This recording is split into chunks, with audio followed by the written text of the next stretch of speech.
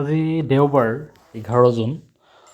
আমি ৰাতিপুৱাই ওলাই আহিছোঁ নাজিৰাৰ অগ্নিনাভ শিৱ মন্দিৰলৈ বুলি।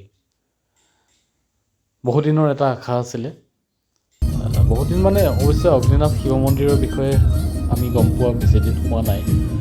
আমি কেইবাজনো ভক্তৰ মুখেৰে কথাটো শুনিছিলোঁ যে নাজিৰাৰ অগ্নিনাভ শিৱ মন্দিৰ যথেষ্ট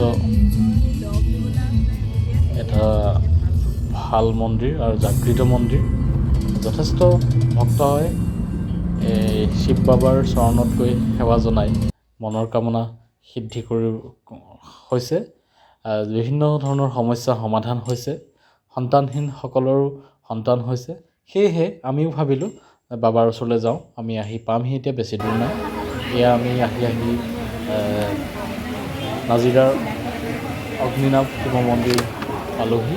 এয়া ভক্তসকলে অগণন চাকি জ্বলাইছে, শ শ চাকি বন্তি জ্বলাই মনৰ কামনা সিদ্ধিৰ বাবে সেৱা জনাইছে।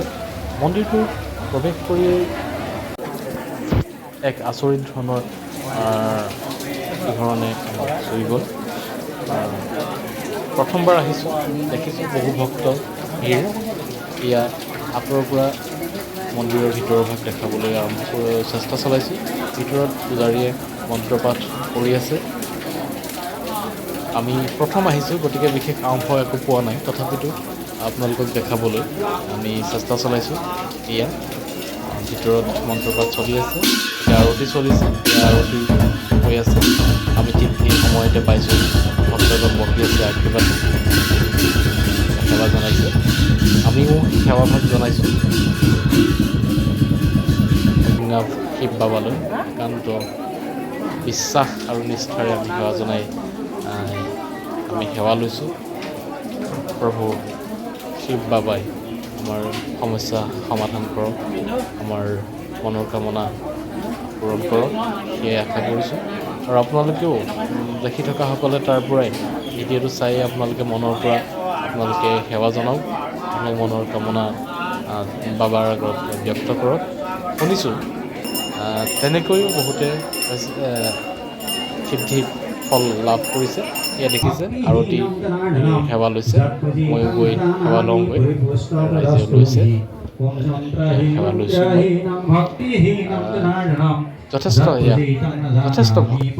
যথেষ্ট ভক্তৰ ভিৰ।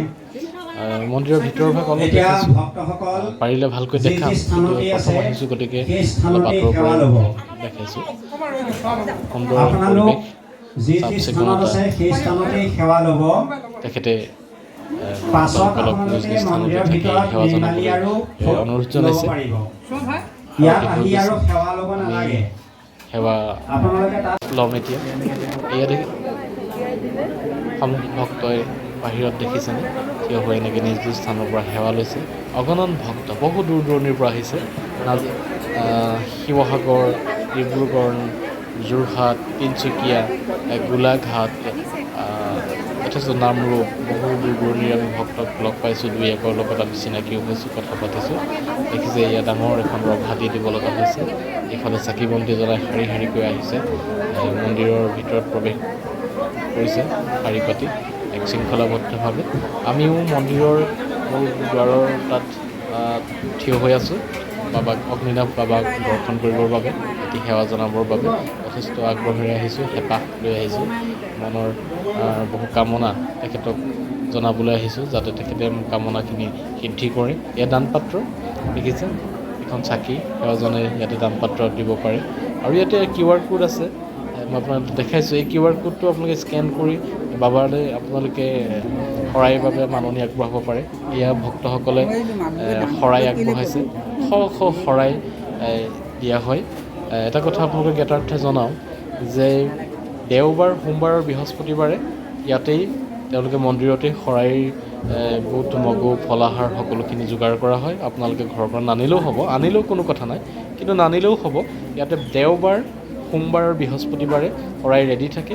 মাত্ৰ 500 এটকা অৰিহণা দি আপুনি গোটেই শৰাইখন আপুনি ইয়াতে লৈ আপুনি বাবাৰ ওচৰত আপুনি আগবঢ়াব পাৰিব। সেই সুবিধা তেওঁলোকে দিছে, ভাল লাগিছে। যথেষ্টখিনি শৃংখলাবদ্ধভাৱে দেখিছেনে ভক্তসকল ৰৈ আছে বাবা সেৱা কৰিবলৈ। ইফালে বাইদেউ বহি আছে, সেইফালে চাকি জ্বলাইছে, এইফালে লাইন পাতি এটা লাইন হৈছে মন্দিৰৰ ভিতৰলৈ আহিব, এটা লাইন বাইদেউগৰাকীৰ ওচৰলৈ যাব। আৰু ইয়াতে তাৰ কাষতেই আছে আপোনালোকে চাকি বন্তি বা প্ৰসাদৰ বাবে আপোনালোকে তাত ল'ব পাৰিব অৰিহণা দি। এয়া মন্দিৰ ভিতৰত মই ৰখি আছোঁ ইয়াতে, ভিতৰলৈ সোমাই যাম লাহেকৈ, বাবাৰ আশীৰ্বাদ ল'মগৈ, বাবাৰ চৰণত সেৱা জনাম। আপোনালোকেও জনাব ভিডিঅ'টো যেনে থৈছে, তাত ভিডিঅ'টো চাই জনালেও বোলে বহুতে উপকৃত হৈছে। মই শুনিছোঁ যে মই এইবাৰ প্ৰথম আহিছোঁ এই মন্দিৰ অগ্নিনাভ বাবাৰ শ্ৰীচৰণৰ সেৱা জনাবলৈ। গতিকে মই শুনিছোঁ, মানুহৰ মুখত শুনিছোঁ, যিসকলে প্ৰমাণ পাইছে, আৰু প্ৰমাণ পাইছে কাৰণেই বাবাৰ ওচৰত ভক্তৰ ভিৰ। ইয়াক আপোনাৰ UPI জৰিয়তে, আপুনি ডিজিটেল জৰিয়তে আপুনি অৰিহণা আগবঢ়াব পাৰে, বা নিজে আহিলে আপুনি মেনুৱেলি আপুনি ফিজিকেলিও আগবঢ়াব পাৰে। এই অগণন ভক্তৰ শৰাই দেখিছেনে, ইমান দিনটোত শ মানুহে শৰাই আগবঢ়ায়, ইয়াতে লয়, বা কিছুমানে ঘৰৰ পৰাও আনে, সেইটো আপোনালোকৰ নিজৰ কথা। গতিকে মই এতিয়া মন্দিৰৰ ভিতৰত প্ৰৱেশ কৰিবলৈ ৰৈ আছোঁ। বাবাক দৰ্শন কৰাৰ অলেখ হেঁপাহ। ইয়াৰ ভিতৰৰ ভাগ দেখাইছোঁ, কি সুন্দৰভাৱে ইয়াত পূজা মণ্ডপত চলি আছে। মই অলপ সময় অপেক্ষা কৰিছোঁ, শৃংখলাবদ্ধভাৱে আমি যাম। অলপ ৰৈ আছোঁ, পৰিৱেশটো যথেষ্ট ভাল লগা। এয়া বাবা বহি আছে, আমি সেৱা জনাবলৈ আহিছোঁ, সেৱা জনাই আহিলোঁ। এয়া মনৰ কামনা বাবাক ক'লোঁ। মন্দিৰৰ ভিতৰৰ ভাগ অলপ দেখাবলৈ চেষ্টা কৰিছোঁ, যথেষ্ট ভক্তৰ ভিৰ, গতিকে ভাল ধৰণে দেখাবলৈ অলপ অসুবিধা হৈছে। আপোনালোকে সেৱা জনাওক, যি দেখিছে তেওঁলোকে সেৱা জনাওক। এয়াই মূল ভাগ। এই ভাগিয়ে অগ্নিনাভ শিৱ বাবা। এখেতৰ চৰণত আহিয়ে ভক্তসকলে মনৰ দুখৰ কথা কয়, সমস্যাৰ সমাধান বিচাৰে, আৰু আচৰিতভাৱে এওঁৰ চৰণত আহি সেৱা জনোৱাৰ লগে লগেই সকলো মনৰ কামনা সিদ্ধি হয় বুলি আমি শুনিবলৈ পাইছোঁ। গতিকে সেয়ে আমিও আহিছোঁ, আৰু আপোনালোকেও মনৰ পৰাই এই ফটোখনত সেৱা জনালেও বহুখিনি সুফল পায় বুলি কৈছে। তথাপিতো যদি আপোনালোকে পাৰে তেতিয়াহ'লে আপোনালোক আহক নাজিৰাৰ অগ্নিনাভ শিৱ মন্দিৰলৈ। এয়া যি ৰাজহুৱা বন্তি প্ৰজ্বলন হয়, প্ৰতিদিনাই দিনৰ 11 বজাৰ পৰা 12 বজাৰ ভিতৰত লাইভ কৰে, তেওঁলোকৰ ফেচবুক পেজৰ জৰিয়তে লাইভ কৰে। এই লাইভ কৰাৰ সময়ত ৰাজহুৱা বন্তিৰ যেতিয়া প্ৰজ্বলন হয়, সেই লাইভত আপোনালোকেও সময় উলিয়াই শিৱ বাবাৰ শ্ৰীচৰণত সেৱা আগবঢ়াব পাৰে। লাইভ চাই সেৱা জনালেও যথেষ্ট উপকৃত হৈছে, আমি শুনিবলৈ পাইছোঁ।